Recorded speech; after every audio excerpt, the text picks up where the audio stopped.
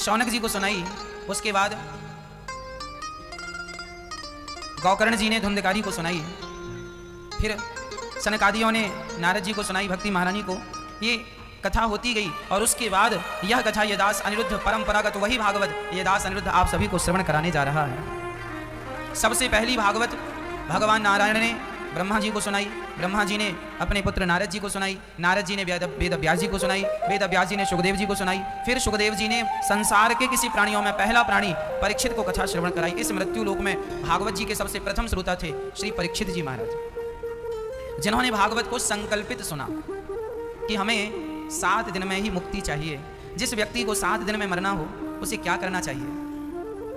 7 दिन की ही जिंदगी बची है, अब करें तो क्या करें? तब कहते हैं जिसे जल्दी मरना है, भाई देखो मौत तो हम सबके सिर पे मंडरा रही है, कब चले जाएं कोई नहीं जानता। इसलिए भगवान का ही चिंतन हम करते हुए अपने जीवन को आगे बढ़ाएं। भगवान कैसे हैं? अच्छा, आप लोगों ने कभी भगवान को देखा? मैया जी आपने कभी भगवान को देखा? मैया जी आपने कभी भगवान को देखा? मैया जी आपने कभी भगवान को देखा? बोलो हाँ या ना। आप बताओ, आपने भगवान को देखा? आप बताइए भगवान को आपने देखा? नहीं। मैया आप बताइए आपने भगवान को देखा? बहुत सारे लोग कह रहे हैं नहीं देखा। अच्छा, आप लोग कह रहे हैं हमने भगवान को नहीं देखा, तो आज हम आपको भगवान का दर्शन करा दें? करा दें मैया जी?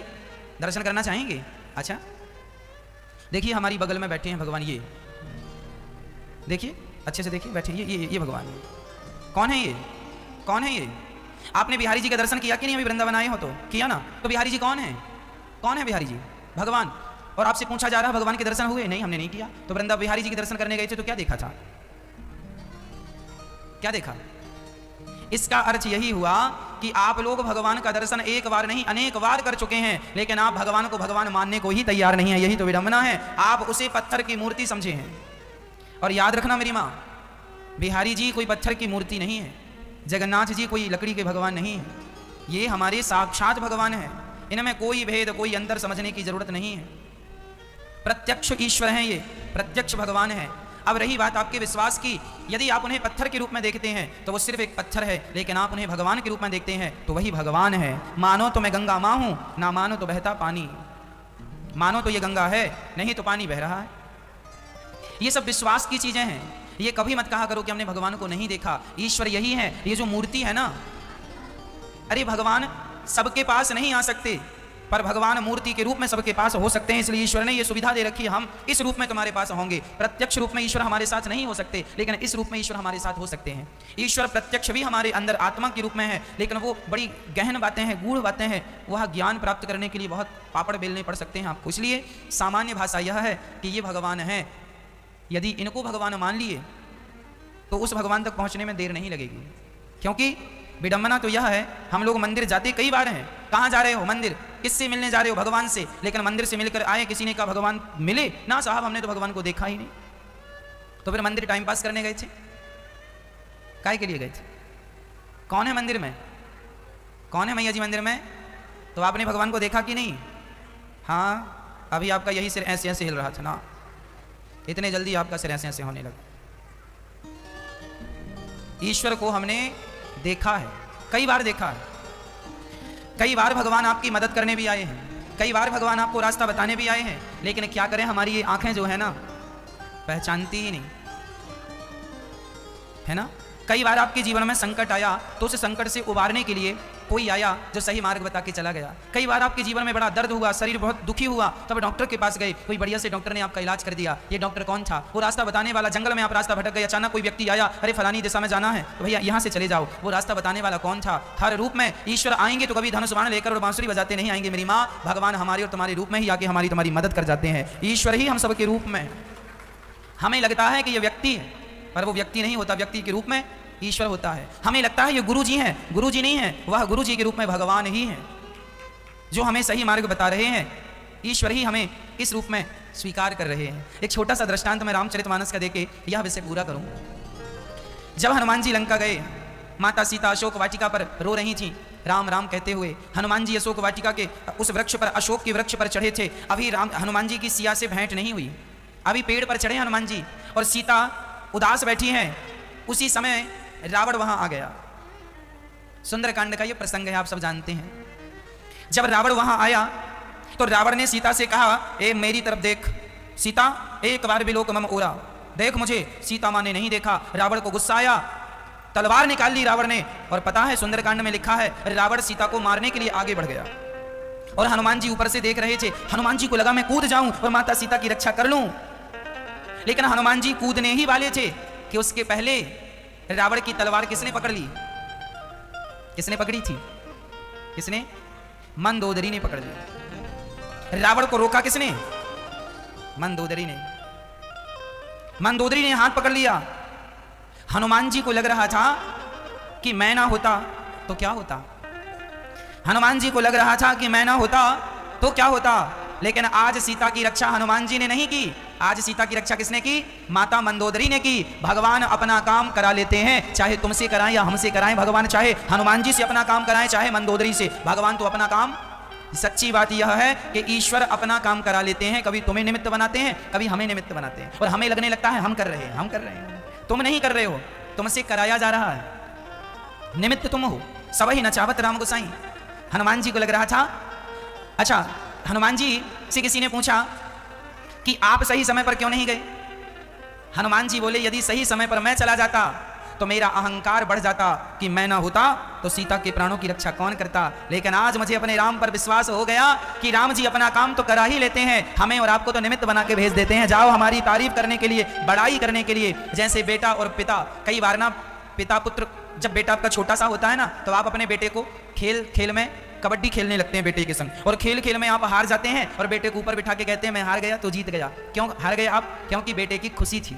जैसे खेल खेल में माँ हार जाती है, बच्चे को जिता देती है, बाप हार जाता है, बच्चे को जिता देता है, उसी प्रकार भगवान तो अपने भक्त की जय जयकार करने कराने के लिए उन्हें भेजते हैं। जाओ तुम्हारी जय जयकार होगी।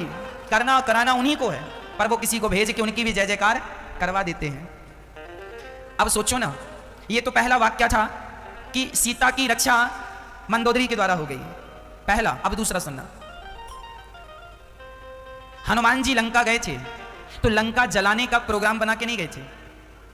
तब वहां पर विभीषण की बेटी जिसका नाम है त्रिजटा, त्रिजटा ने सीता जी से कहा, सीता आज मैंने एक सपना देखा है। अच्छा, क्या सपना? सपने बानर लंका जारी, जातु धान सेना सब मार। आज मैंने एक सपना देखा है। अच्छा, क्या सपना है? आज मैंने सपने में देखा कि एक बंदर ने सारी लंका को जला दिया। हनुमान जी सुन रहे हैं अशोक वृक्ष से, अरे मेरा तो कोई प्रोग्राम नहीं है लंका जलाने का, शायद राम जी त्रिजटा से कहला रहे हैं हनुमान जी गए हो तो लगे हाथ फूक के आना। तो राम जी अपना काम किस किस से करा रहे हैं? राम जी ने अपना काम केवल हनुमान जी से नहीं कराया, राम जी ने अपना काम मंदोदरी से भी करवाया, त्रिजटा से भी करवाया, और तो ठीक अभी मैं सुनाऊंगा, राम जी ने अपना काम रावण से भी करवाया। कहां? वो भी सुनाता हूं, सुनो। अब हनुमान जी का प्रोग्राम सेट हो गया कि लंका भी जलाना, क्योंकि ये कह रही है कि सपने में मैंने देखा है। तो हनुमान जी बोली अब चलो सपने में देखा, लगता है ये राम जी की आज्ञा है, तो आए हैं तो लगे हाथ निपटाते ही चले। हनुमान जी आगे गए।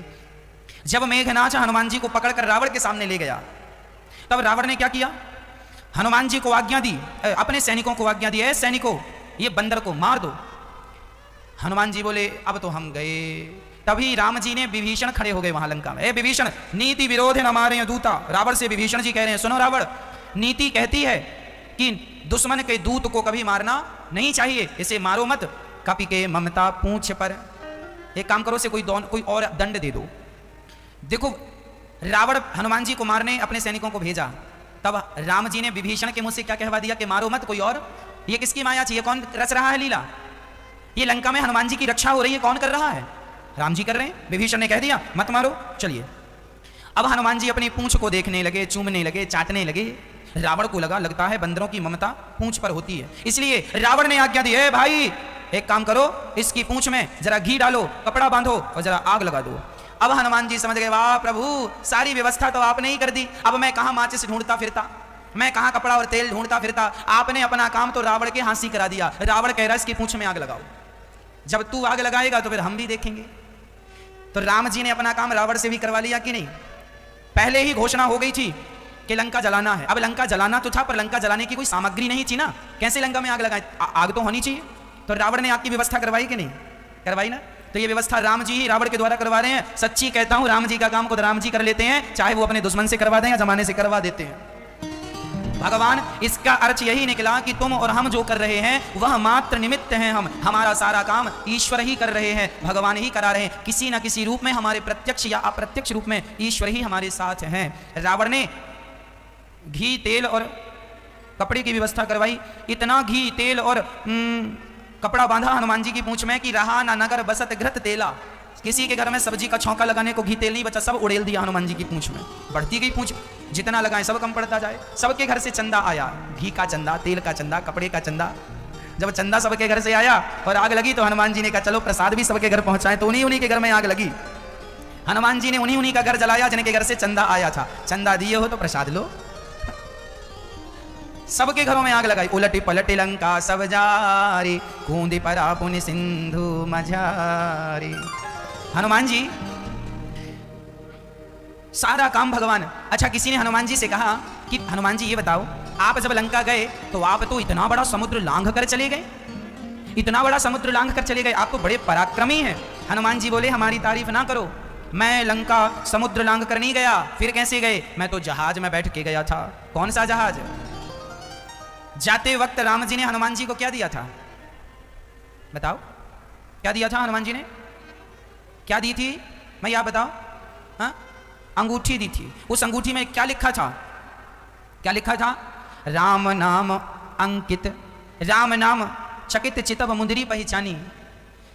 उस अंगूठी में राम नाम लिखा था। हनुमान जी जब समुद्र को पार करके गए तो हनुमान जी ने अपने बल से समुद्र को पार नहीं किया। गोस्वामी जी लिख रहे हैं, प्रभु मुद्रिका मेली मुख माही, जलधि लांघ गए अचरज नाही। जिस नाम के बल पर हनुमान जी समुद्र को छलांग लगा के लांघ गए, हनुमान जी जब लांघ गए तो लांघ नहीं गए, वो राम नाम की जो मुद्रिका थी वही जहाज बन गई और हनुमान जी उसके बल पर पार हो गए। देखने में लगता है हनुमान जी लांघ गए, लेकिन ना, हनुमान जी लांघे तो उस राम नाम के बल पर लांघे।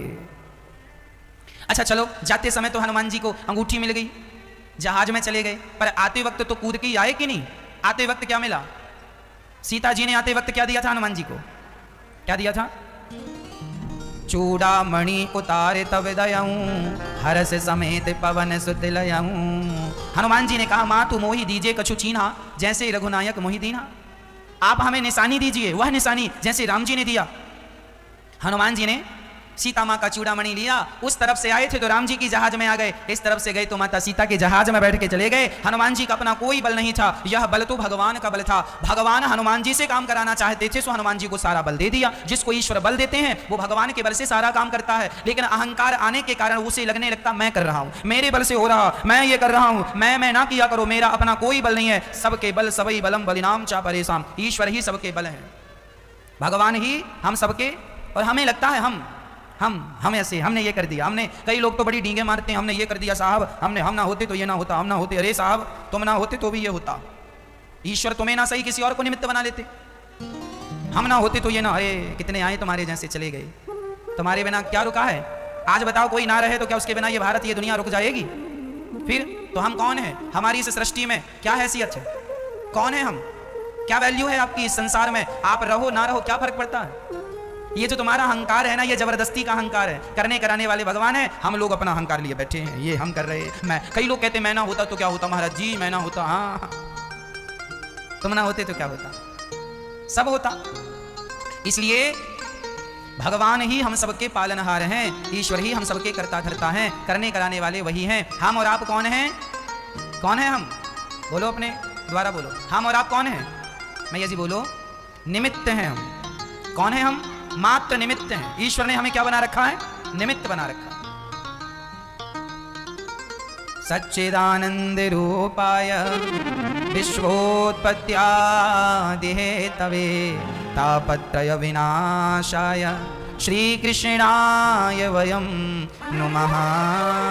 ईश्वर सत्य है, इसलिए ऐसे सत्य स्वरूप परमात्मा की शरण में जाना चाहिए। सत्य क्या है?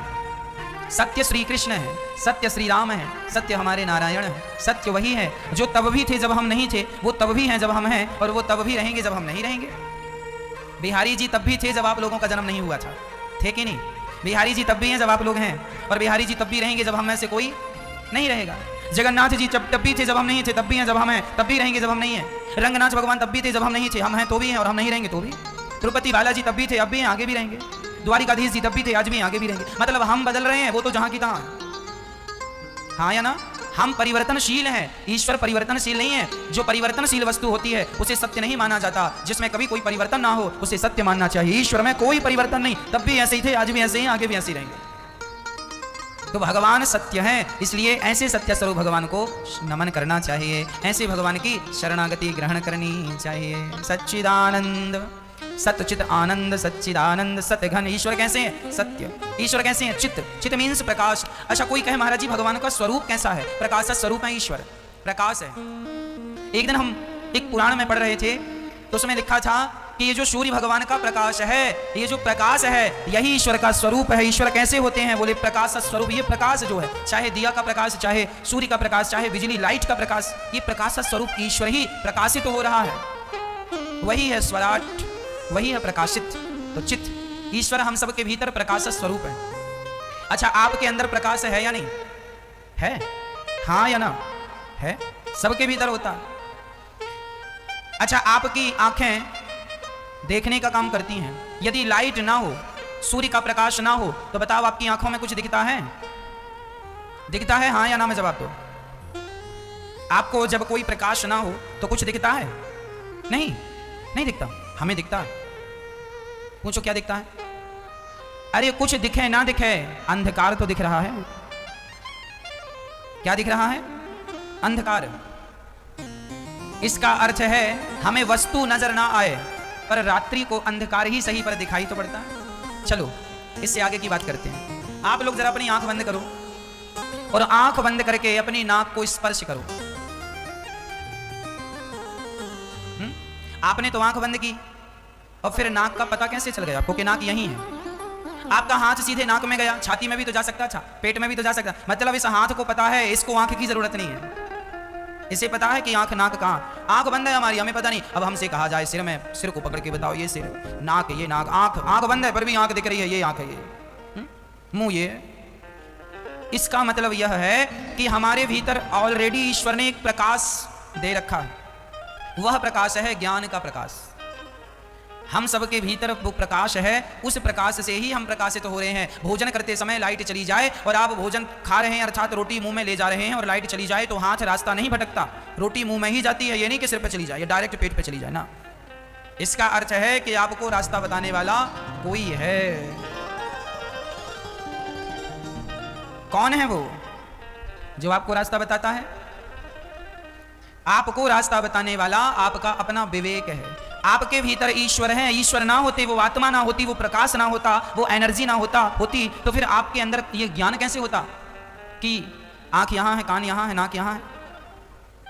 मच्छर यदि हाथ में बैठा है तो दूसरा हाथ वहीं जाएगा। ये नहीं कि यहां मच्छर बैठा है, दर्द यहां हो रहा और हाथ यहां चला जाए ना। कोई तो है ये ज्ञान आपके अंदर देने वाला, सही गलत का रास्ता बताने वाला। इस रूप में ईश्वर ही भीतर बैठे हैं भैया। ये जो तुम्हारे अंदर सही गलत का बोध है, यह बोध कराने वाला ईश्वर है। परमात्मा ही हमारी आत्मा, इसलिए वह कैसा है? चित्त, प्रकाश स्वरूप। और भगवान का तीसरा नाम है आनंद। ईश्वर आनंद स्वरूप है।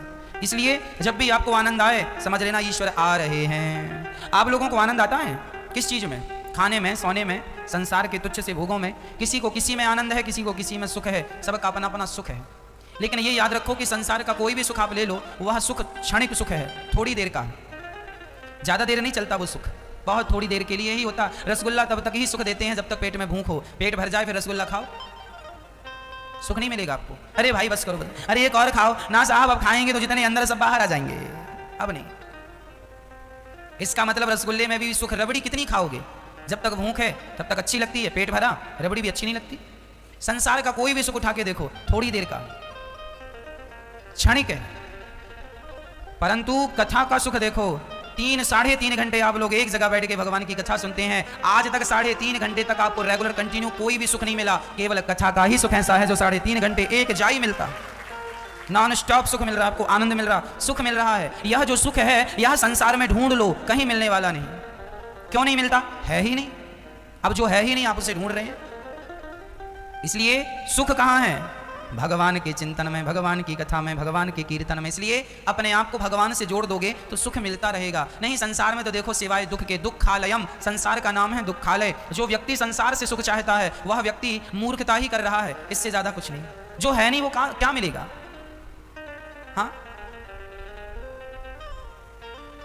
है ही नहीं। तो भगवान आनंद के सागर हैं। एक गुरुजी से एक चेले ने कहा, गुरुजी हमें भगवान से मिलाओ। गुरुजी बोले कल आ जाना सवेरे 10 बजे। चेला बढ़िया तैयार होके आया, गुरुजी मिलाओ भगवान से। गुरुजी ने कहा ये झोला पैक किया है मैंने, चल। चेले ने झोला सिर पे रखा, चल पड़ा। चलते चलते 1 किलोमीटर चला, 2 किलोमीटर चला, 3 किलोमीटर चला, थक गया। गुरुजी अभी और कितना चलना है? गुरुजी ने कहा बेटा ये जो पहाड़ दिख रहा है ना आगे, ये पहाड़ के उस तरफ चलना है, पूरा पहाड़ चढ़ना है फिर उतरना। अब वो बोला गुरुजी आपके झोले में क्या भरा है? मैं चल तो सकता हूं पर ये झोले का वजन बड़ा कष्ट दे रहा है, थका देता है ना। गुरुजी क्या है इसमें? गुरुजी ने कहा बेटा कोई काम की चीजें नहीं भरी, सब फिजूल भर रखा हमने, सारा कचरा भर रखा है। अरे गुरुजी तो कचरा ढोने की जरूरत क्या है? तो गुरुजी ने कहा तू क्या चाहता है? गुरुजी इसमें जो भरा है यदि मतलब का ना हो तो मैं इसे फेंक दूं। गुरुजी ने कहा तेरी मर्जी, तू लेके चल रहा है, तुझे फेंकना है फेंक दे, और लेके चलना है तो लेके चल। ना गुरुजी मैं थक गया हूं, अब लेके चला नहीं जाएगा। वो पूरा सामान जो व्यर्थ का भरा था उसने पूरा सामान फेंक दिया, और जब फेंका तो अंगड़ाई लेता हुआ बोला गुरुजी आनंद आ गया। गुरुजी बोले बेटा मिल गए भगवान, चल वापिस। अरे गुरुजी कहां भगवान? गुरुजी ने कहा अभी तुझे क्या आया? आनंद आया। तो इसके पहले आनंद क्यों नहीं आया? बोले मेरे सिर पर यह झोला रखा था व्यर्थ का, इसलिए आनंद नहीं आया। जब मैंने इसे फेंका अपने आप आनंद आ गया। आपके जीवन में भी जब तक आपके सिर पे परिवार की जिम्मेदारियों का बोझ होता है तब तक आपके जीवन में आनंद नहीं होता। इसलिए सारी जिम्मेदारियों को उठा के भगवान के चरणों में डाल दो, फिर देखो उसी दिन से आनंद ही आनंद होगा। आप लोग भी आनंदित नहीं रहते, आप लोग भी सुखी नहीं रहते। कारण क्या है? कारण सिर्फ इतना है कि आप लोग जबरदस्ती बोझा सिर पे लिए चल रहे हैं। आपने बोझा लिया है कि नहीं? काहे का बोझा? जिम्मेदारियों का बोझा। जैसे गधा ढोता रहता है ना, ऐसे हम लोग ढोते रहते हैं। अच्छा आप लोगों के कंधे में बोझा है कि नहीं? इसलिए बोझा अपने कंधे में ना रखो, फिर कहां रखे महाराज? सब कुछ उठा के भगवान के चरणों में रख दो। जब भगवान के चरणों में रख दोगे तो फिर भगवान अपनी जिम्मेदारी से चलाएंगे। तुम जबरदस्ती क्यों अपने सिर पे रखे हो? भगवान तो एक उंगली से गोवर्धन को उठा लेते हैं। यदि पहाड़ को उठा सकते हैं तो क्या तुम्हारी छोटी सी जिम्मेदारी का पहाड़ भगवान नहीं उठा सकते? भगवान कहते हैं तुम दो अपना परिवार हमें, अर्थात तुम सब टेंशन हमें दे दो और तुम निश्चिंत हो जाओ। निश्चिंत होकर अपना व्यापार करो, अपना बिजनेस करो, अपना कारोबार करो, परिवार का पालन करो, जिम्मेदारियां हम उठा लेंगे। तुम केवल अपना कर्तव्य करते रहो, कर्मण्येवादी कारस्ते, कर्म करते रहो, बाकी टेंशन मत लो। आप लोग टेंशन ले लेते महाराज जी, अब क्या होगा, अब क्या होगा, अब क्या होगा? अब वही होगा, हुई है सोए जो राम रचि राखा, वो करि तर्क बढ़ावहि सा। अब क्या होगा? आप लोग यही तो सोचते हैं अब क्या होगा, अब नुकसान हो गया महाराज जी, अब लॉकडाउन लग गया महाराज जी, नुकसान हो, अब क्या होगा? अरे भाई थोड़ा सा धैर्य रखो, सब अच्छा होगा।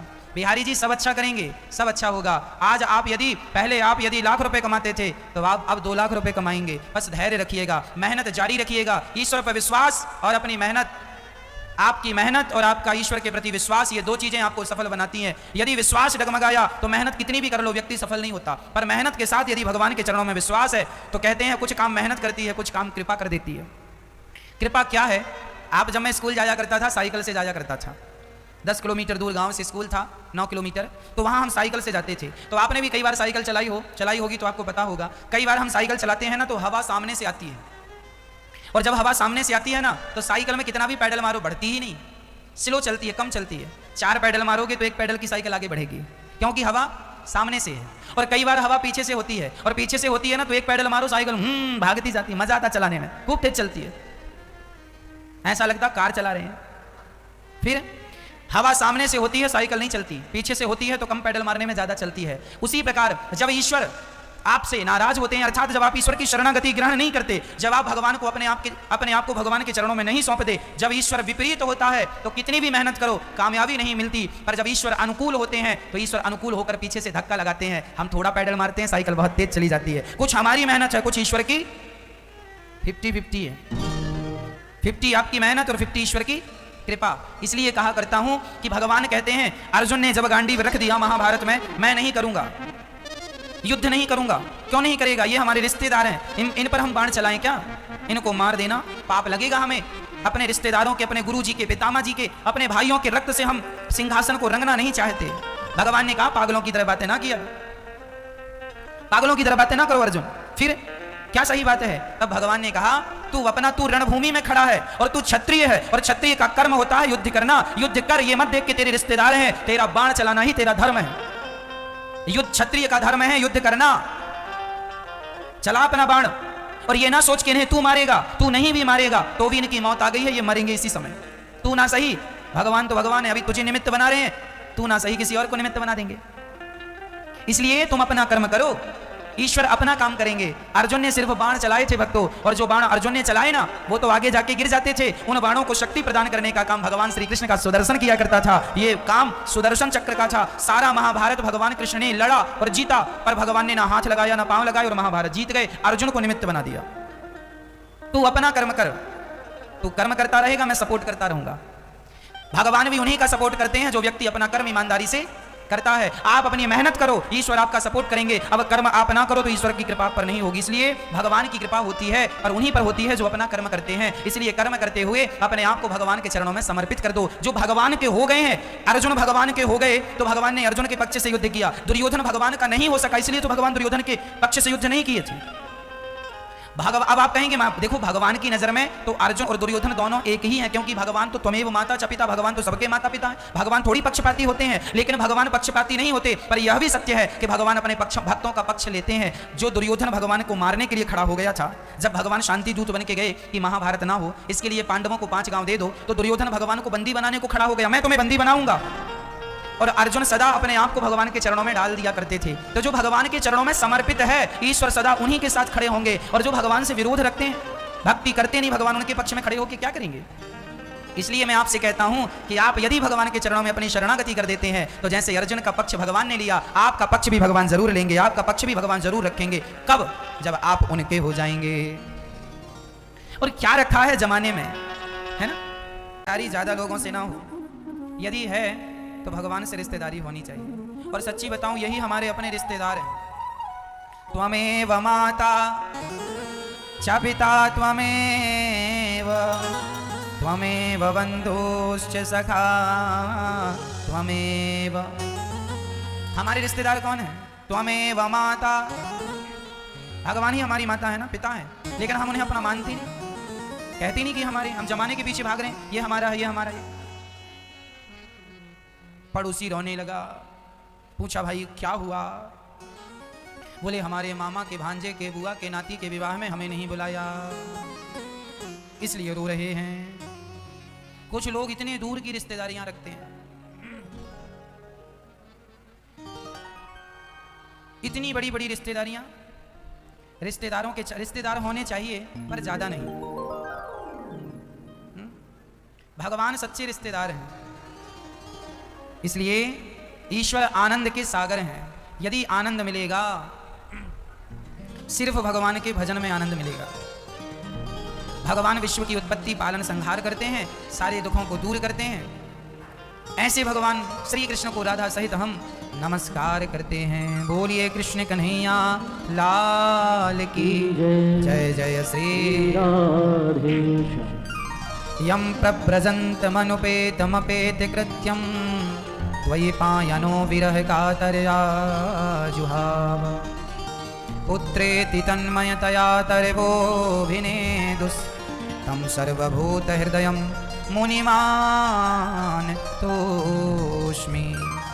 सुखदेव भगवान का जन्म हुआ और जन्म लेते ही सुखदेव जी जाने लगे। अच्छा, वैराग्य कब ले लेना चाहिए? संसार की ममता कब हटा देनी चाहिए? सुखदेव भगवान जी कहते हैं जन्म लेते ही संसार की ममता हटा दो। ये ममता हमें केवल कष्ट देती है, ये ममता केवल हमें दुख देती है। ये संसार की ममता शुरू में बहुत अच्छी लगती है। आपको कभी खुजली हुई कि नहीं? खुजली को खुजलाने में बड़ा अच्छा लगता है। हुई होगी तो अनुभव होगा, हुई नहीं तो क्या। वैसे सबको कभी ना कभी हो जाती है, जानते सब हैं।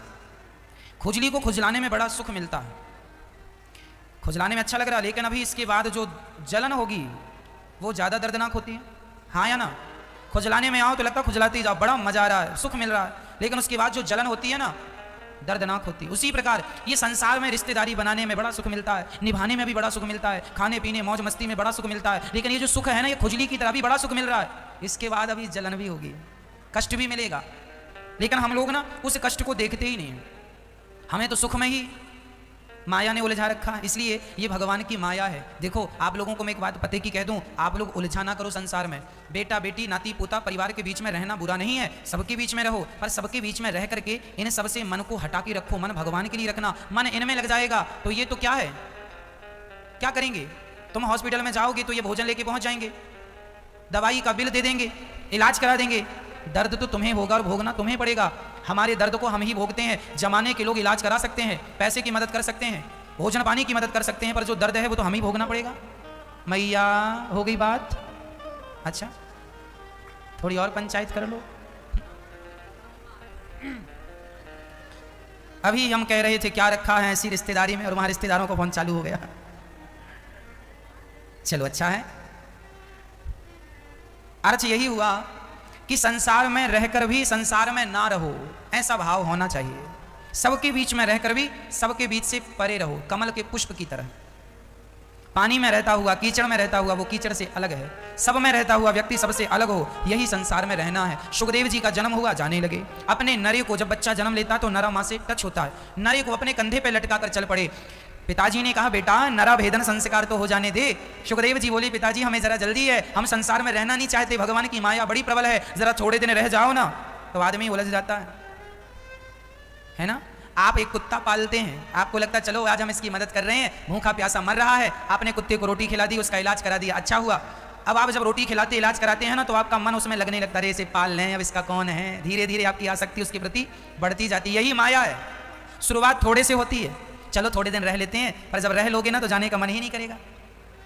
चलो एक सज्जन बोले महाराज जी हम तो बस विवाह करेंगे, विवाह करके विवाह की जिम्मेदारी पूरी करके भजन करेंगे। अच्छा कर लिया विवाह, दांत वांत गिर गए, दाढ़ी पक गई, सिर हिलने लगा यूं यूं बुढ़ापे में, अभी तक नहीं निकल रहा है, और कह रहा था हम तुरंत निकल जाएंगे।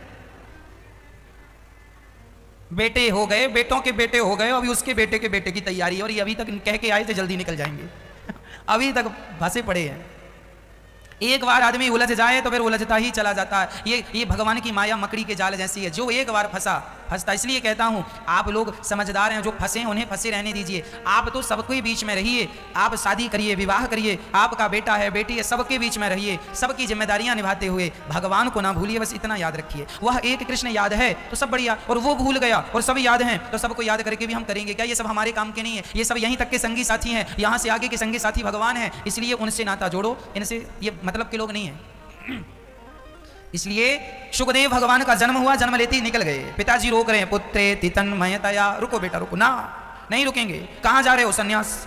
जंगल में चले गए। तब कुछ वृक्षों ने सुखदेव व्यास जी से कहा वाह आप पुत्र मोह में इतने आ सकते हैं, हमारे बच्चे फलों को तो लोग ले जाते हैं, पर आप अपने पुत्र के मोह में इतने आसक्त हो गए, छोड़ने को तैयार नहीं है। सुखदेव भगवान अपने पिता की आसक्ति देखकर उन्होंने एक दृष्टांत दे दिया, पिताजी एक बात कह दें आपसे? हाँ हाँ बेटा कहो। सुनो, एक रानी थी, वो रानी रोज किसी ना किसी पुरुष को अपने पास बुलाती थी, क्योंकि वो रानी चरित्र की अच्छी नहीं थी, रोज किसी पुरुष को बुलाती थी।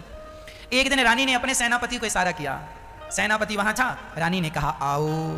सेनापति ने देखा रानी जो है बुला रही होंगी कोई काम के लिए, गए सेनापति, जी महारानी जी बैठो, बिठाया। अब रानी तो अपना भाव प्रकट करने लगी सेनापति से। अब सेनापति उस रानी के सामने कुछ कह ना पाया। तभी दासी ने संकेत दिया, महारानी जी राजा साहब आपके कक्ष में आ रहे हैं। अब तो सेनापति घबराया, रानी भी घबराई कि मेरे कमरे में ये सेनापति है, अभी अभी राजा हम दोनों को मृत्यु दंड देंगे या देश निकाला देंगे। तो रानी डर गई, और रानी ने डर के कारण सेनापति को पीछे के दरवाजे से भगाया, चलो यहाँ से जाओ। कहाँ से? पीछे के दरवाजे। अच्छा वो पीछे का दरवाजा जाके ऐसी जगह, अच्छा पुराने जमाने में ना राजा महाराजाओं के कुछ गुप्त द्वार हुआ करते थे, जिन द्वारों से आप जाएं तो वो 2-4 किलोमीटर दूर खुलते थे, अंदर ही अंदर वो गुप्त द्वार से पठाया। अच्छा वो व्यक्ति जहां जाके निकला वहां पर मलमूत्र का गड्ढा था, दलदल, सारे शहर का गंदा जल वहां इकट्ठा होता, दलदल था। वो वहां से दरवाजे से निकला, बहुत दिनों से दरवाजा बंद था, दलदल इकट्ठा हो गया। जैसे ही बाहर गया उस दरवाजे में, वह दलदल में सेनापति फंस गया। पूरी रात फंसा रहा साहब, गर्दन तक, जितना वो प्रयास करे निकलने का उतना फंसता जाए, यहां गर्दन तक डूब गया, मलमूत्र उसके मुंह में जाने लगा, गंदगी जाने लगी। जैसे तैसे सवेरा हुआ, सवेरे उसने बहुत कोशिश की, मेहनत की, कुछ वृक्षों की जटाएं पकड़ पकड़ के खींच के उसने अपने आप को बाहर किया, और नहा धो करके फिर ड्यूटी में तैनात हो गया। सेनापति था, अब किससे बताया कि मैं रात भर कहाँ रहा। अच्छा फिर वो ड्यूटी पर वहीं खड़ा हुआ, तो दूसरे दिन फिर रानी ने उसे कहा आओ, कल आए थे पर कल तुम बीच में ही भाग गए, आज आओ। अब रानी फिर बुला रही है आओ। अब बताओ सेनापति जी जाएं कि ना जाएं? कल गए थे, रात कहां गुजारनी पड़ी? मलमूत्र के गड्ढे में। सेनापति जी ने वहीं से रानी जी को इशारा किया ना, कल आए थे, रात कहां गुजारनी पड़ी वहां, आज बस उठक बिठक लगा रहे, आज ना बुलाओ। सुखदेव भगवान ने व्यास जी को यह कथा सुनाई। व्यास जी ने कहा इसका तात्पर्य क्या हुआ? तब सुखदेव भगवान ने इसका अर्थ किया, सुनिए पिताजी, जैसे वह सेनापति एक रात मलमूत्र के गड्ढे में रहा तो उसकी अकल ठिकाने लग गई। अब वह दोबारा उस गड्ढे में जाने की कोशिश नहीं करेगा। अब वह ऐसी गलती नहीं करेगा कि फिर उसे रात गड्ढे में गुजारनी पड़े। पिताजी, वो सेनापति एक रात गड्ढे में गुजारा तो उसकी अकल ठिकाने लग गई और वो सुधर गया। लेकिन हम ऐसे लोग हैं कि 9-9 महीने उस गड्ढे में गुजार के आते हैं, लेकिन हम सुधरने का नाम नहीं लेते। वो गड्ढा क्या है? माँ का गर्भ। माँ के गर्भ में कौन से मखमल के गद्दे बिछे हैं? कौन सी व्यवस्था है? एसी लगी है? अरे माँ के गर्भ में आदमी उल्टा लटकता है और आप हम सब उल्टे लटके थे माँ के पेट में। माँ के पेट में क्या है? मल और मूत्र भरा पड़ा। कई बार डॉक्टर कहता बच्चे के पेट में पानी चला गया। पानी क्या है? मूत्र चला जाता है, मल चला जाता है, गंदगी चली जाती है। हम सब उस गर्भ में 9 माह गुजार के जैसे तैसे आए। इतना कष्ट भगवान से प्रार्थना की, प्रभु बाहर करो इस गर्भ से। भगवान ने कहा मैंने कितनी बार बाहर किया, तो फिर अंदर आ जाता है। कर्म ही ऐसे करता है। सुखदेव जी बोले मैं 12 वर्ष माँ के गर्भ में रहा हूं, अब उस गर्भ में आना नहीं चाहता, इसलिए जा रहा हूं भजन करने के लिए। वो स्त्री बुला रही थी, रानी आओ। ये रानी कौन है? ये माया है। हम लोग जन्म लेते हैं, जरा होश आता है, संभलते हैं तो हमें संसार का सुख अपनी ओर खींचता है, आओ हमारी तरफ। पत्नी अपनी ओर खींचती है, बेटा अपनी तरफ खींचता। बेटे का मोह, बेटे की मोह ममता, पत्नी की मोह ममता, पति की मोह ममता, पैसों की मोह ममता, काम धाम की मोह ममता, पद प्रतिष्ठा की मोह ममता, ये सब रानी वही रानी है जो बुलाती आओ आओ आओ, और हम चले जाते हैं और फिर उसी गड्ढे में चले जाते हैं। उस गड्ढे में जाने के लिए फिर मजबूर हो जाते हैं। कौन सा गड्ढा? माँ के गर्भ का गड्ढा। यही वो गड्ढा है जहां व्यक्ति 9 माह रहता है, बड़ा कष्ट पाता है, फिर भी ऐसे कर्म करता है। इसलिए कहता हूं आप ऐसे कर्म ना करो कि उस गड्ढे में जाना पड़े। ये जन्म और मृत्यु का पहिया चल रहा है। ये मौत, जन्म, मृत्यु, पुनरपि जननम, पुनरपि मरणम, पुनरपि जननी जठरे शयनम। यदि इस जन्म और मृत्यु के चक्र से बचना है, माँ के गर्भ से बचना चाहते हो, तो भगवान की शरण में चले जाओ। भगवान तुम्हें सदा सदा के लिए जन्म और मृत्यु के कुचक्र से बचा लेंगे। अच्छा, कबीरदास जी कह रहे हैं, चलते चक्की देख कर दिया कबीरा रोय, 2 पाटन के बीच में साबुत बचा न कोय। ये चलती चक्की क्या है? ये चक्की है जन्म, और चक्की में 2 पहिया होते हैं। एक पहिया है जन्म का, एक मृत्यु का। हर आदमी जन्म और मृत्यु में पिस रहा है। आपका क्या हुआ? जन्म। अभी जन्म हुआ ना, कुछ दिन बाद मर जाओगे, फिर क्या होगा? फिर जन्म होगा, फिर क्या होगा? फिर मर जाओगे, फिर जन्म होगा, फिर क्या होगा? फिर मर जाओगे, फिर जन्म। फिर कब से हो रहा है? अनादि समय से, कोई गिनती नहीं है कब से हो रहा है। कई बार आपने जन्म लिया, जन्म लो, मर जाओ, जन्म लो, मर जाओ, जन्म लो, पुनरपि जननम, पुनरपि मरणम, पुनरपि जननी जठरे शयनम। बार बार क्या करें कि बच जाएं? कबीर जी रोने लगे, चलती चक्की देख कर दिया कबीरा रोय। कबीर जी रो रहे हैं। कबीर जी को रोता देखकर कबीर जी का एक बेटा था, नाम था कमाल। कबीर जी के बेटे का नाम, कबीर जी जुलाहे थे, कमाल बेटे का नाम था। इनकी बेटी का नाम था कमाली, कमाल कमाली। तो कमाल नाम का बेटा था। जब वो अपने पिता कबीर जी को रोता हुआ देखा तो कबीर जी से कहा, पिताजी क्यों रो रहे हो? बोले, बेटा चलती चक्की देख कर दिया कबीरा रोय, 2 पाटन के बीच में साबुत बचा। तुम भी और हम भी कोई साबुत बचने वाला नहीं है। तब कमाल ने कहा कबीरदास जी से, पिताजी मत रोइए, एक उपाय है मेरे पास। क्या? बोले, चलते चक्की चलने दे, पिस पिस आटा होय, कीले माही जो रहे बाल न बांका होय। चक्की में एक खूंटी होती है, खूंटा कुछ भी कहो, एक लकड़ी होती है, उसके बीच में दूसरा पहिया रखा जाता है। यदि कोई गेहूं का दाना उस एक कील के पास से चला गया तो कितनी भी चक्की चले उस दाने को नहीं पीसती जो एक कील के पास चला जाता है। आपने गांव के जमाने की चक्कियां देखी हैं? हमने तो देखी भी हैं और पीसी भी हैं। तो वो दाना वहां एक कील के पास चला जाए तो कितनी भी चक्की चले वो दाना नहीं पिसता। तो कमाल कहता है, पिताजी जो एक भगवान की शरण में चला जाता है वह जन्म और मृत्यु के चक्र से पिसने से बच जाता है। इसलिए उस एक परमात्मा की शरणागति समझदारी से ग्रहण कर लो, यही आपकी और हमारी समझदारी है। नहीं तो ये जो अवसर आज मिला है मनुष्य का शरीर, अब कब मिलेगा इसकी कोई गारंटी नहीं है।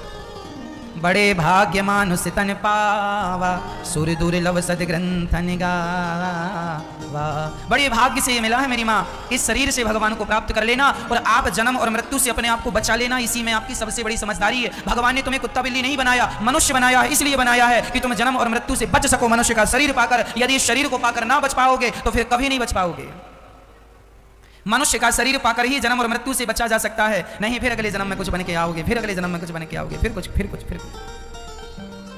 थोड़ी थोड़ी सा मोह माया हमें उलझा देता है, थोड़ा थोड़ा सुख हमें उलझा देता है। प्रार्थना है, सुखदेव जी कहते हैं मैं नहीं उलझना चाहता इस सुख में, सब छोड़ छाड़ के जंगल जाकर भगवान का चिंतन करने लग गए। हम आपसे ये नहीं कहना चाहते कि आप लोग भी सब छोड़ छाड़ दो ना, आप लोग छोड़ के कहाँ जाएंगे। हमारा इस कथा का अर्थ ये बिल्कुल नहीं है कि आप सब छोड़ दो। इस कथा का तात्पर्य यह है कि आप सबके बीच में रहकर कर्तव्यों को पूरा करते हुए, अपने कर्मों को पूरा करते हुए, पत्नी पुत्र का पालन करते हुए, परिवार का भरण पोषण करते हुए, पैसा कमाते हुए, फैक्ट्री चलाते हुए, दुकान चलाते हुए, किसानी करते हुए, सब काम करते हुए भगवान का चिंतन करते रहो। नाच मैं आपका हूं, ये सब आपका है, ये भाव से आप रहेंगे तो गृहस्थ जीवन बुरा नहीं है। आपको छोड़ के किसी भी उम्र में कहीं जाने की जरूरत नहीं है, सिर्फ मन को हटाने की जरूरत है। मन को हटाने की जरूरत है, केवल मन हटाना है, तन नहीं हटाना। तन तो काम में लगाओ, तन काम में नहीं लगेगा तो आलसी हो जाएगा, इसलिए तन को काम में लगाओ, मन को भगवान में लगाओ। ये जो तुम्हारा मन बेटा बेटी नाती पोतों में लगा, यहां से मन हटाओ और ज्यादा से ज्यादा भगवान का चिंतन करो। ऐसे सुखदेव भगवान को नमस्कार करते हैं। व्यास जी ने फिर उन्हें बुलाया है और भागवत जी का पठन पाठन कराया है। तब सुखदेव जी ने राजा परीक्षित को भागवत सुनाई। अब बड़े प्रेम से सभी ध्यान से सुने। सूत जी और शौनक आदि ऋषियों का नैमिषारण्य में समागम हुआ। सूत जी को देखकर सभी शौनक आदि ऋषि खड़े होकर स्वागत। 88,000 ऋषि शौनक आदि, उन सभी ऋषियों के बीच में सूत जी आए और सूत जी के सामने हाथ जोड़कर सबने प्रार्थना की। भक्ति ज्ञान विरागाप्तो विवेको वर्धते महान, माया मोह निरासश्च वैष्णवै क्रियते कथम। भक्ति ज्ञान विरागाप्तो विवेको वर्धते महान। शौनक आदि ऋषियों ने सूत जी से प्रश्न किया, हमें ऐसी कथा सुनाओ जिससे हमारी भक्ति बढ़ जाए, ज्ञान बढ़ जाए, और ऐसी कथा सुनाइए। कृष्ण प्राप्तिकरम शाश्वत साधनम तद्वदाधुना। ऐसी कथा सुनाइए कि कृष्ण की प्राप्ति हो जाए। अच्छा, इस कली काल में आप यदि भगवान को पाना चाहते हैं तो इस कली काल में एक ही उपाय है, केवल भागवत ही ऐसी हैं जो हमें कृष्ण की प्राप्ति करा सकती हैं, दूसरा कोई साधन नहीं है। इसलिए हम सभी भागवत का आश्रय लें। आज भारत के करोड़ों लोग ऐसे हैं जो टीवी के माध्यम से भागवत जी को अपने आप को अर्थात अपने आप को भगवान के चरणों में सौंप चुके हैं। आप सभी भी उन्हीं में हैं। भागवत सुन करके ही तो आपके अंदर वृंदावन आने का भाव जागा। यदि आप भागवत ना सुनते तो बताओ वृंदावन आने का मन होता, भगवान का दर्शन करने का मन होता? तो आज आप वृंदावन आए, भगवान से मिले, तो इसके पीछे भागवत जी हैं या नहीं? तो भागवत जी ही प्रेम जगाती हैं, भागवत जी ही मिलने की उत्कंठा बढ़ाती हैं, और जब उत्कंठा बढ़ गई तो भगवान मिल जाते हैं। इसलिए सदा गृहस्थों को चाहिए कि वो सदा भागवत जी सुनते रहें, सत्संग करते रहें। यह सत्संग करने का जो सुनहरा अवसर है ये गवाइए मत। सत्संग वह संजीवनी है जो हमें भवसागर से भव रोग को समाप्त कर सकती है। भागवत वह संजीवनी है जो भव रोग क्या है? जन्म और मृत्यु का जो रोग मैंने बताया, यह एक रोग है। इस रोग से बचना चाहते हो, जन्म और मृत्यु के रोग से, तो एक ही उपाय है, भागवत रूपी दवाई लेना, संजीवनी लेना शुरू कर दो। भागवत रोज सुनो, भवसागर से पार होने में कोई देर लगने वाली नहीं। जब आपका अवसर आएगा आप सीधे भगवान के धाम को जाएंगे, जन्म मृत्यु से बच जाएंगे। इसलिए भागवत का आश्रय लेना चाहिए। भागवत जी की पोथी आज से होनी थी, पर किसी कारणवश अभी 9 तारीख से, इस कथा के ठीक बाद 9 तारीख से पोथी होंगी। आप भी अपने पूर्वजों के अपने कल्याणार्थ अपने लिए पोथी पाठ करा सकते हैं। तो आप भी भागवत जी की पोथी करा के अपने जीवन को कृतार्थ कर सकते हैं। आज भी कुछ पोथियां बैठी हैं, जो लोग यहाँ आ गए थे भक्त लोग, उनकी पोथियां तो आज बैठी हैं, पर बाकी जो भक्त अपने घर से ही सुनने वाले हैं उनकी पोथी आप सभी की 9 तारीख की कथा जब होगी उसमें पोथी पाठ कराए जाएंगे। और आप सभी बड़े प्रेम से पोथी पाठ श्रवण करते ही आप अपने जीवन के समस्त पापों से निवृत्त होकर सदा सदा के लिए अपना मोक्ष का रास्ता प्रशस्त कर लेंगे केवल भागवत जी से। ये भागवत जी की पोथी पाठ हम क्यों कराते हैं बार बार? इसलिए कि भारत का गरीब से गरीब तबका, गरीब से गरीब व्यक्ति भी भागवत जी की पोथी करा के आप सभी अपना कल्याण कर सकें, है ना। भागवत जी यदि आप करा लेते हैं ना, तो आपके जो पूर्वज हैं, आपके पिता के पिता के पिता जो अब नहीं है दुनिया में, यदि उनकी सदगति नहीं हुई होगी तो आपके द्वारा, भागवत जी के द्वारा उनकी सदगति हो जाएगी, उसका पुण्य आपको मिल जाएगा। और पुत्र का धर्म है कि वो अपने पूर्वजों की सदगति का सारा प्रयास करे, इसलिए तो हमारा जन्म हुआ है। तो यदि आप अपने पूर्वजों को तारना चाहते हैं तो भागवत जी का ही आश्रय लेना होता है, और वो भी सावन का महीना, जहाँ भगवान कृष्ण की कृपा के साथ भगवान शिव की कृपा भी है। तो आप भी इस पावन से माह में पोथी पाठ करा सकते हैं। सूत जी कहते हैं, शौनक आदि ऋषियों सुनो, ये जो भागवत है यह देवताओं को भी दुर्लभ है। एक बार देवता लोग जब सुखदेव जी कथा सुना रहे थे राजा परीक्षित को शुकताल में, तब देवराज इंद्र अमृत का कलश लेके आए और कहने लगे ये कथा हमें सुनवा दो। सुखदेव जी ने कहा तुम अधिकारी नहीं हो, सौदागर बन के आए हो, नहीं सुनवाएंगे। जो कथा आप लोगों को सहज में मिल रही है भक्तों, ये कथा तो देवताओं को भी दुर्लभ है, लिखा है भागवत जी में, ये देवता भी तरसते हैं। सुखदेव जी ने देवताओं को अधिकारी नहीं समझा, जब इस भागवत से राजा परीक्षित का उद्धार हुआ, तब स्वर्ग के राजा इंद्र ने तराजू बांधकर अपने स्वर्ग के सुख से भागवत जी को तौल कर देखा। भागवत जी का पलड़ा सबसे भारी था। इंद्र चरणों में गिर पड़े। तब भागवत जी से प्रत्यक्ष भगवान प्रकट हो गए। इंद्र, तुम हमसे तौलने चले थे। ये जो भागवत जी है ना, कोई सामान्य पोथी नहीं है, सामान्य पुस्तक नहीं है। यह तो प्रत्यक्ष ईश्वर है। प्रत्यक्ष कृष्ण एव ही, कृष्ण ही भागवत है। जब भगवान इस धरती से जाने लगे तो भक्तों ने कहा, हम कैसे आपका दर्शन करेंगे? तब भगवान बोले, हम जा नहीं रहे, हम इस कलयुग में भागवत बन करके प्रकट हो जाएंगे। हम भागवत में समा जाएंगे। जहां जहां भागवत होगी वहां वहां प्रकट होकर अपने भक्तों का दुख दूर करते रहेंगे। ये भागवत प्रत्यक्ष श्री कृष्ण है और कोई नहीं है, इसलिए इसका आश्रय हमें लेना चाहिए। एक बार भागवत जी नारद जी ने भी सुनी। नारद जी संपूर्ण विश्व का भ्रमण करके आए। पुष्करम चा प्रयागम चा काशीं गोदावरीं तथा हरिक्षेत्रम कुरुक्षेत्रम श्रीरंगम सेतुबंधनम। नारद जी बोले, मैं समस्त तीर्थों में गया पर मुझे कहीं शांति नहीं मिली। शांति के लिए मैं गृहस्थों के घर गया, यहां भी शांति नहीं। गृहस्थों के घर तू तू मैं चल रही है, पति पत्नी का झगड़ा, सास बहू का झगड़ा, देवरानी जेठानी। नारद जी बोले, शांति ना तो तीर्थों में शांति रह गई, ना तो गृहस्थों में शांति रह गई। शांति है आपके जीवन में? हाँ, शांति नहीं है, झगड़ा है। क्यों झगड़ा है? क्योंकि आपको बोलना ज्यादा है। झगड़ा समाप्त हो सकता है, एक उपाय है। जो व्यक्ति जो बोल, सास जो बोल रही है, जेठानी जो बोल रही है, पति जो बोल रहा, बोलने दो, आप कुछ ना बोलो, आप कुछ ना बोलो। यदि आपके बोलने से झगड़ा शांत हो जाए तो बोल लो, पर ऐसा होता नहीं है। बोलने से झगड़ा और बढ़ जाता है। जब आपको इतना पता है कि बढ़ता है तो थोड़ी देर साइलेंट क्यों नहीं रह देते? इतने सारे व्रत करते हो आप लोग मैया जी, सोमवार का, बुधवार का, गुरुवार का, एकादशी का, फलाना ये वो। इन व्रतों में एक व्रत कम कर लो और मौन व्रत चालू कर दो। कौन सा व्रत? मौन। ज्यादा बोलने से काम बिगड़ जाता है। 3 तोतले थे, उनकी शादी नहीं हो रही थी। शादी इसलिए नहीं हो रही थी कि जहां से लड़की वाले आए तो ये बोल दें। अब बोल दें तो लड़की वालों को लगा लड़के तो तोतले हैं। तो पिता ने एक दिन बोला, क्यों? अब लड़की वाले आ रहे हैं, तीनों का विवाह होगा, 3 लड़की वाले आ रहे हैं, तीनों एक साथ आ रहे हैं, पर तुम तीनों बोलना मत, तुम्हारी तरफ से हम बोलेंगे, आज तुम्हारा बाप बोलेगा। तीनों तोतलों को पिता ने कहा, चुप रहना। तीनों बोले, सुनो, चुप रहना है, तो बोलना नहीं है, बोलोगे तो ठाड़ी नहीं होगी। तीनों चुप। अब जब तीनों चुप थे, लड़की वाले आए। लड़के बड़े सुंदर थे, अच्छे थे। लड़की वाले ओके, वाह लड़के बड़े सुंदर, परफेक्ट, सुंदर हैं, सुशील हैं, समझदार हैं, पर वो बोले ना कुछ। चलो कोई बात नहीं।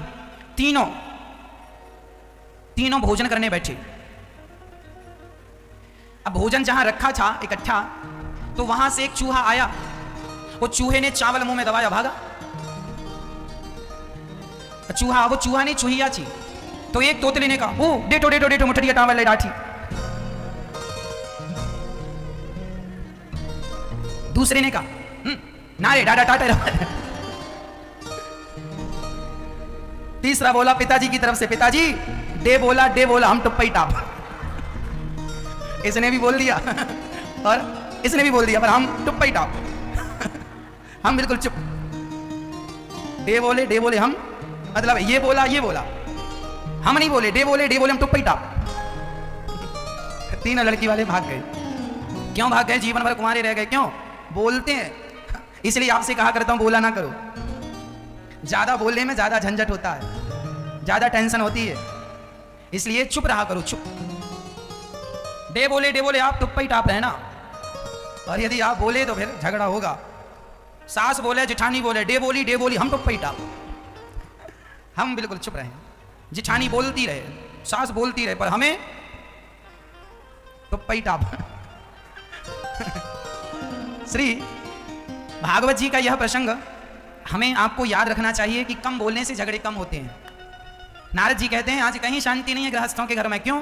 क्योंकि तरुणी प्रभुता गे श्याल को बुद्धिदायक कन्या विक्रियणे लोभात दंपत्ति नाम शकल कनम। बड़ी विडंबना है। आज घर में किसकी चलती है? तरुणी प्रभुता गेहे। आज घर में नई नई बहुओं की चलती है। सासू माँ की कोई पूछ नहीं। मैया आपकी पूछ है कि नहीं? घर में कोई पूछ नहीं। लो आज सारा झगड़ा ये सब पूछ का है। इसलिए हनुमान जी ने अपनी पूछ में आग लगवा दी। सारी झगड़ों की जड़ ये पूछ है। सारी झगड़ों की जड़ क्या है? क्या है? पूछ। हमें पूछा नहीं। सास कहती है बहू ने पूछा नहीं, बहू कहती है सास ने नहीं पूछा, फलाने ने हमें पूछा नहीं। आज जितने भी झगड़े हैं पूछ के कारण है, हमें पूछा नहीं। इसलिए आप जितना जल्दी हो सके अपनी पूछ में आग लगवा दो, ना रहेगा बांस, ना रहेगी, ना बजेगी। सारी विवादों की जड़ ये पूछ है। इसलिए हनुमान जी लंका गए तो अपनी पूछ में आग लगवा ही ली। इसलिए पूछ में आग लगवा ली ताकि हनुमान जी को कोई ये ना हनुमान जी की पूछ बढ़ जाती ना, हनुमान जी ने ऐसा किया। इसलिए हनुमान जी पूछ में आग लगवा के आए कि मेरी अपनी कोई पूछ नहीं है, राम जी की पूछ से मेरी पूछ है, मेरी अपनी कोई पूछ नहीं है। मेरी पूछ नहीं है, राम जी की पूछ से मेरी पूछ है, राम जी से मेरी पूछ है, बाकी मेरी अपनी पर्सनल कोई पूछ। और आप लोग अपनी पूछ लिए घूमते रहते, हमारी पूछ हमें नहीं पूछा, हमें तो पूछो। सारा झगड़ा ये पूछ का है। तो आप लोग आग लगवाएंगे कि तेल वेल हम ही इकट्ठा करके दें? हाँ मैया जी, सास लोग ना बुढ़ापे में ये गाना ज्यादा गाती हैं, हमारी बहू तो हमें पूछती नहीं, हमारा बिल्कुल नहीं पूछती, बेटा भी नहीं पूछता। अरे भाई, अब मैया जी आप बूढ़ी हो गई हो, अब अपनी पूंछ में आग लगवा लो, जितने जल्दी हो सके पूंछ को समाप्त करो, अर्थात अहंकार को समाप्त करो। और जैसी भी रोटी मिल जाए प्यार से, या कैसी भी अपना पेट भर के समय भगवान को दो, भगवान के भजन में समय खर्च करो। अब कोई पूछ रहा है, नहीं पूछ रहा है, समय बहुत कम बचा है आपके लिए। गई बहुत थोड़ी रही नारायण अवचेत, काल चिरैया चुग रही निस दिन आयु खेत। बहुत चली गई, थोड़ी बची है, अब पूछा पाछी में समय ना गवाओ। कोई सम्मान करे अपमान करे, ना सम्मान में उलझो ना अपमान में उलझो। अब भगवान का चिंतन करने में समय लगाओ, इससे तुम्हारा कल्याण है। कोई अब बुढ़ापे में तुम्हारा सम्मान कर भी दे तो तुम्हें मिलेगा क्या? क्या मिलने वाला? चलो तुम्हारे बुढ़ापे में कोई तुम्हें सम्मान दे, अच्छा है कि बच्चों को माँ बाप का सम्मान करना चाहिए, अच्छी बात है कि बच्चों को बहुओं को माँ बाप का सम्मान करना चाहिए। पर सम्मान ना मिले तो कोई बात नहीं, सम्मान की चाहत भी नहीं रखनी चाहिए। अब तो तुम्हें नमक रोटी मिल जाए, वो खा के भगवान में मन लगाओ बस। ज्यादा माथा पच्ची करने का समय बचा नहीं है। सारी जवानी तुमने सम्मान ही तो पाया और सम्मान के लिए ही तो रोया है आपने। इसलिए अब ये उम्र रोने के लिए नहीं बची, रोने का समय गया। अब तो समय भगवान को समर्पित करो। तुम्हारा बुढ़ापा आ गया है, बाल पक गए हैं, शरीर जर्जर हो चुका है, भगवान के चरणों की तरफ बढ़ो। अब सबसे धीरे धीरे मन को हटाओ, इसी से कल्याण है, नहीं तो बहुत बड़ा नुकसान हो जाएगा। आप जो खो रहे हैं ना मैया, आपको पता नहीं कि आप क्या खो रहे हैं। बताइए इस दुनिया में सबसे कीमती क्या है? बताओ, इस सृष्टि में सबसे कीमती क्या है? आप सब बताओ, क्या है? क्या है सबसे कीमती? समय। सबसे कीमती है समय। और आप क्या खो रहे हैं, क्या गवा रहे हैं? समय। तो आप सबसे ज्यादा नुकसान कर रहे हैं समय। महाभारत जब स्टार्ट होता था ना, दूरदर्शन चैनल DD1 में पुराने जमाने में, तब उसमें गोल चक्र चलता था। अभी लॉकडाउन में भी महाभारत आया, उसमें देखा होगा महाभारत शुरू होने के पहले एक गोल सर्कल चलता है और एक आवाज आती है। कैसी आवाज? मैं समय हूं, मैं किसी के रोके नहीं रुकता।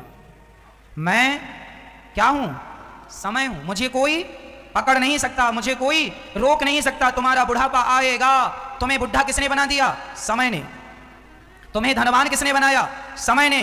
तुम्हें निर्धन किसने बनाया? समय ने। तुम्हारी होंठों पे मुस्कान किसने दी? समय ने। तुम्हारी आंखों में आंसू किसने दिए? समय ने। अरे समय ही है। एक समय वो था जब आप दौड़ जाते थे, जवान थे, दौड़ जाते थे, और एक समय आपका है कि एक कदम चलने में भी शरीर थर थर कांपता है बुढ़ापे में। वो भी आपका ही समय था और ये भी आपका ही समय है। जवानी थी, सीढ़ियों को पल भर में चढ़ जाते थे, दौड़ जाते थे, काम कर लेते थे। अब बुढ़ापे में 4 कदम नहीं चला जा रहा है। एक वो समय था जब शरीर में इतनी शक्ति थी कि आप नदी पार कर जाते थे, छलांग लगा लेते थे बड़ी बड़ी। अब ये समय आपका देखो, वो भी आपका समय था, ये भी आपका समय। पहले 10-10 रोटियां पचा लेते थे दिन में, अब तो साहब 2 रोटी नहीं पच रही हैं। वो भी तुम्हारा ही समय था, ये भी तुम्हारा ही समय है। समय समय समय पर होता है, समय समय की बात। राम जन्म का दिन बड़ा और कृष्ण जन्म की रात। जो व्यक्ति अपने समय को व्यर्थ गवाता है, भगवान के चिंतन के बिना जो समय बीत गया वो समय व्यर्थ चला गया। और जो समय भगवान की स्मृति में गया, स्मरण में गया, चिंतन में गया, वो समय सार्थक हो गया। वही समय अनमोल है जो भगवान के चरणों में जा रहा है, वह आपको बहुत कुछ देके जाएगा। इसलिए समय ना गवाइए। तुम्हारा बुढ़ापा जो है ना, ये मान सम्मान पाने के लिए समय नहीं बचा। अब तो भगवान के चिंतन में समय लगाओ, इसी से समय सुधरेगा, तुम्हारी गति सुधरेगी, सब सुधरेगा। और नहीं तो ना घर के रहोगे ना घाट के रह जाओगे। अब सम्मान की जरूरत नहीं है मेरी माँ, ये पूंछ में आग लगा देना, नहीं तो बहुत बड़ा नुकसान होगा। अहंकार ना करना। जैसी रोटी मिल रही है, सम्मान से मिले या अपमान से, अब रोटी खा के पेट भरो और अपना भजन करो। अब बच्चों को आप कह रहे हैं महाराज जी हमारी बहू सुनती नहीं है, महाराज जी हमारा बेटा सुनता नहीं है। क्यों? तुम्हारा बेटा बहरा है, बहू बहरी है, सुनती नहीं? नहीं महाराज जी वो वाली नहीं, ऐसी नहीं सुनती। कुछ कहते हैं अच्छा वैसे तो सुनती है, बहरी तो नहीं है, सुनती नहीं है। अच्छा आपकी बहू नहीं सुनती, आपका बेटा नहीं सुनता, आपने कितनी बार उसे समझा लिया? समझा लिया ना अपनी बहू को। सास कितनी बार समझाती है बहू को, बेटा ये मत करना, ये गलत है, ये मत करना, गलत है। आपने समझा दिया ना अपने बेटे को, बेटा ये गलत है, ये मत करना, यहाँ मत जाना, ये गलत है, ये गलत है। समझा दिया ना, कह दिया ना शराब ना पीना गलत है। एक बार कहा, 2 बार कहा, 3 बार कहा, 4 बार कहा, नहीं माना ना, अब मत कहो। अपनी बहू को तुमने 10 बार समझा दिया है, गलत काम करने से रोक दिया, नहीं रुक रही है, मत कहो। बेटे को समझा दिया, समझाना हमारा फर्ज है। और 1 बार, 2 बार, 3 बार, चलो 10 बार, 20 बार तुमने समझाया, अब नहीं समझ रहे हैं वो लोग, आप मत समझाओ, अब उन्हें समय समझाएगा। और जब समय समझाता है ना तो अच्छे खासे लोग समझ जाते हैं। इंसान एक तो गुरु समझाता है और फिर समय समझाता है। गुरु समझाकर इम्तिहान लेता है और समय इम्तिहान लेकर समझाता है। दोनों के समझाने में बस इतना अंतर होता है। गुरु सिखाता है, समझाता है, फिर इम्तिहान लेता है, और समय पहले इम्तिहान लेता है, फिर बाद में समझाता है। इसलिए जो आदमी गुरु की नहीं समझ रहा है, माँ बाप की नहीं समझ रहा है, अब तुम्हें समय समझाएगा। और समय कौन है? भगवान को ही समय कहते हैं। कृष्ण ही समय है, मैं समय हूं। ये समय कौन है? ईश्वर ही समय है। ईश्वर की लाठी में आवाज नहीं होती। अभी नहीं समझ रहे हो ना, समझोगे, पर जब तक समझ में आएगा तब तक बहुत देर हो चुकी होगी। अभी देर नहीं हुई, अभी समझ लोगे तो कल्याण है, नहीं तो देर हो जाएगी। समझ लो कि कौन हूं मैं, कहां से आया हूं मैं, किस लिए आया हूं मैं। इसलिए तरुणी प्रभुता गे है श्याल को बुद्धिदायक, कन्या विक्रीणे लोभा दंपत्ति नाम च कलकनम। आज घर परिवार में कोई किसी की सुनता नहीं है, समझता नहीं है। आज पहले संबंध होते थे, आजकल सौदे होते हैं। कितने का बेटा दिया? 10 लाख का। आज संबंध नहीं होते। आज लड़की वाले जाते हैं लड़के को देखने ना, तो एक कमरे में जाके मीटिंग होती है। मीटिंग में क्या बातें होती हैं? लड़की वाला पूछता है, भैया क्या लेंगे आप? हाँ अब सुनो, 20 लाख तो कैश लेंगे, 10 लाख खाते में ट्रांसफर कर दीजिएगा। तुम विवाह कर रहे हो कि बेटे को बेच रहे हो? क्या कर रहे हो? आज बच्चे बिक रहे हैं, बाप बोली लगाता 30 लाख, 30 लाख 1, 30 लाख 2, 30 लाख 3। कोई बोला 35 लाख, हाँ साहब 30 लाख वाले को कैंसिल करो, 35 लाख वाले को। आप लोग भी तो अपने बच्चों को इसलिए पैदा नहीं कर रहे हैं कि आप भी बड़ा करके बेचेंगे उसे।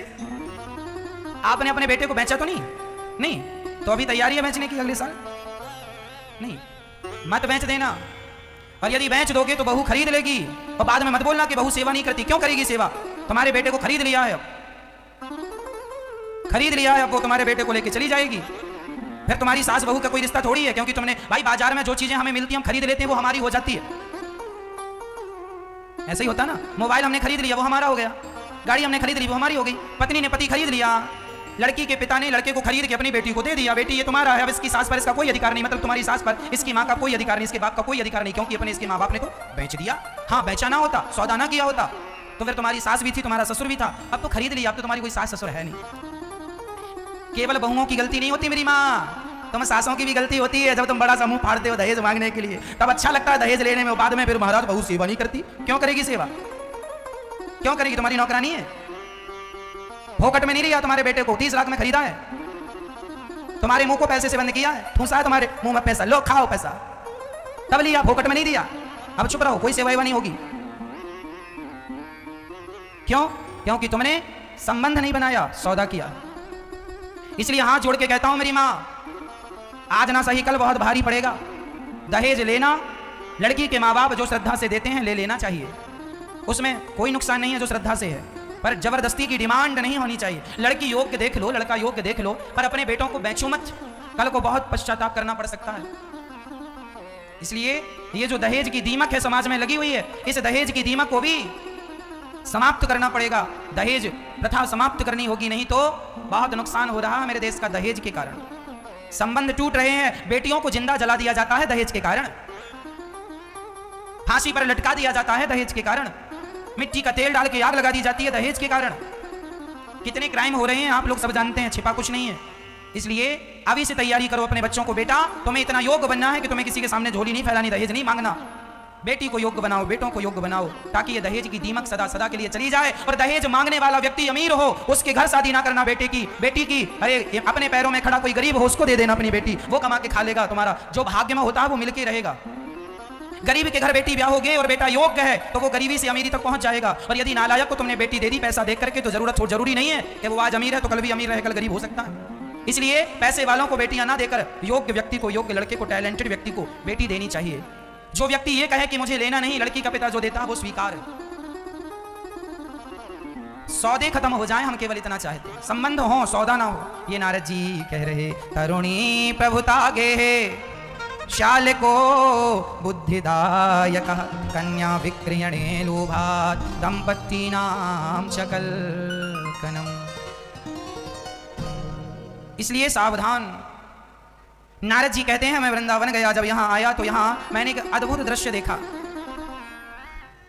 क्या दृश्य देखा कि एक 16 वर्ष की कन्या बैठी है, एक बूढ़ा इस तरफ सो रहा है, एक बूढ़ा इस तरफ सो रहा है। नारद जी ने कहा यहाँ स्त्रियों का मेला है। जाने लगे तब वह 16 वर्ष की कन्या दौड़ कर आई और चरणों को पकड़ करके कहा, भो भो साधु क्षणम तिष्ठ मच्चिंता मपिनाशय दर्शनम तव लोकस्य सर्वथा घहरम परम। महाराज एक क्षण के लिए जरा ठहर जाइए। नारद जी बोली, तुम कौन हो? महाराज मेरा नाम अहम भक्ति ऋतिख्याता इमा उमे तनय उमतो, मेरा नाम भक्ति है, ये मेरा बेटा ज्ञान, ये मेरा बेटा वैराग्य। ज्ञान वैराग्य ना मानो तो ये बूढ़े क्यों हो गए? काल योगे ने जर्जर हो, काल ने समय ने जर्जर कर दिया। अब कैसे ठीक होंगे? आप ठीक कीजिए। कहाँ की हो तुम? उत्पन्ना द्रवणे साहम रद्धिम कर्नाटके गता क्वचित क्वचिन महाराष्ट्रे गुर्जरे जीर्णताम गता। कहाँ उत्पन्न हुई हो? उत्पन्ना द्रवणे साहम, हम द्रवण देश में उत्पन्न हुए। द्रवण देश हृदय। कहाँ पली बढ़ी? कान से, कर्नाटक। भक्ति हृदय में उत्पन्न होती है, कानों से जब कथा सुनते हैं तो भक्ति बड़ी होती है। और क्वचित क्वचिन महाराष्ट्र, इस शरीर से कोई भक्ति करता है तो कोई नहीं करता, यही महाराष्ट्र है, शरीर महाराष्ट्र है। और गुजरात में भक्ति बूढ़ी हो गई है। गुजरात क्या है? भजन के बिना जो रातें गुजर गई वही गुजरात है। ऐसे रातों में, ऐसे समय में भजन के बिना भक्ति जीर्ण शीर्ण हो गई। पर जब नारद जी मिले तो वृंदावन धाम मिला तो भक्ति फिर भी ठीक थी। वेद वेदांत का घोष किया नारद जी ने, पर उनकी मूर्छा दूर नहीं हुई। तब कहा सत्कर्म करो आकाशवाणी ने। सत्कर्म की खोज में नारद जी बद्रिकाश्रम गए और वहां 4 संत मिले, सनक सनंदन सनातन सनत कुमार। चारों ने कहा भागवत सुनवा कर ही आप उनका दुख दूर कर सकते हैं। नारद जी ने कहा मैंने वेद पुराण सुनाया, दुख दूर नहीं हुआ। वेद वेदांत घोषिष्य गीता पाठिर मुहुर्मुहु, तो दुख दूर नहीं हुआ, तो क्या भागवत जी से होगा? बोले हाँ, दूध से ही घी निकलता है, पर जो काम घी कर सकता है दूध नहीं कर सकता। दूध ही जन्मदाता है घी का। उसी प्रकार वेद पुराण से ही भागवत निकली है। जो काम भागवत जी कर सकती हैं वो काम अन्य ग्रंथ नहीं कर सकते। सर्व वेदेतिहासानाम सारम सारम समुद्रतम, सबका सार भागवत है। 18 पुराण मत सुनिएगा, केवल भागवत सुन लेने मात्र से 18 पुराण सुनने का फल मिल जाएगा। अलग अलग सुनने का समय नहीं है तो एक सुन लीजिएगा। वेद मत सुनिएगा, समय नहीं है तो वेद ना सुन पाइए, तो भागवत सुन लेने से वेद सुनने का फल मिल जाता है। वेदों का अर्थ भागवत है, पुराणों का अर्थ भागवत है। यदि वो सुनने का समय नहीं है तो ये सुनने का समय, इसको सुन लिया, सब सुन लिया, इसके बाद कुछ बचता नहीं है। भागवत जी के बाद कुछ भी बचता नहीं है। भागवत सर्वश्रेष्ठ है। इसलिए नारद जी को सनकादियों ने कहा चलो हरिद्वार, हरिद्वार की पावन धरती पर, पावन धरती पर कथा प्रारंभ हुई और सिर्फ कथा की महिमा गाई। सदा सेव्या श्रीमद्भागवती कथा, यस्याः श्रवण मात्रेण हरिश्चित्तं समाश्रये। भागवत कितनी बार सुननी चाहिए? बार बार। बार बार क्यों सुने महाराज जी? कपड़े में एक बार साबुन लगाने से दाग नहीं छूटता। बार बार जब साबुन लगाएंगे तो अपने आप जन्म जन्म के पापों के जो दाग, इस शरीर रूपी चादर में, मैली चादर ओढ़ के बंदे द्वारे कैसे आऊं? ये शरीर जो मैली हो गई है, चादर मैली हो गई है, इस मैले शरीर में यदि बार बार सत्संग का साबुन लगाएंगे तो अपने आप जन्म जन्म का मैल धुल जाएगा। और ये काया, ये मन, ये बुद्धि निर्मल होकर भगवान को स्वीकार कर लेंगे, ईश्वर से स्वीकार कर लेंगे जब आप समर्पण करेंगे। तो कथा प्रारंभ हुई, सनकादियों ने जब महिमा सुनाई तो भक्ति महारानी प्रकट हो गई। महाराज भागवत सुन के तो मेरा सारा दुख दूर हो गया। भागवत श्रवण करने मात्र से मेरा सारा कष्ट दूर हो गया। अच्छा, अब मैं बैठूं कहाँ? संतों ने कहा ये भक्तों का हृदय खाली है, जाओ सभी भक्तों के हृदय में जाकर के बैठ जाओ। तो जो कथा प्रेमी लोग हैं ना, इनके हृदय में कौन बैठता है? भगवान भक्ति महारानी बैठती हैं। भक्ति महारानी बैठती हैं। अच्छा हाँ, नारद जी ने एक प्रश्न कर दिया, गुरुदेव हमें एक बात समझ में नहीं आई। हाँ हाँ पूछो। कोई पापी व्यक्ति कथा सुन के मुक्त हो जाए तो आश्चर्य नहीं है, कोई पुण्यात्मा व्यक्ति कथा सुन के मुक्त हो जाए तो आश्चर्य नहीं है। जिसने जीवन भर पाप किया है, कैसा पापी व्यक्ति कथा से मुक्त होगा? बोले हाँ, ये माने वह पाप कृतस्तु सर्वदा सदा दुराचार्य विमार्गे गाः क्रोधाग्निदग्धः कुटिलाश्च कामिनः सप्ता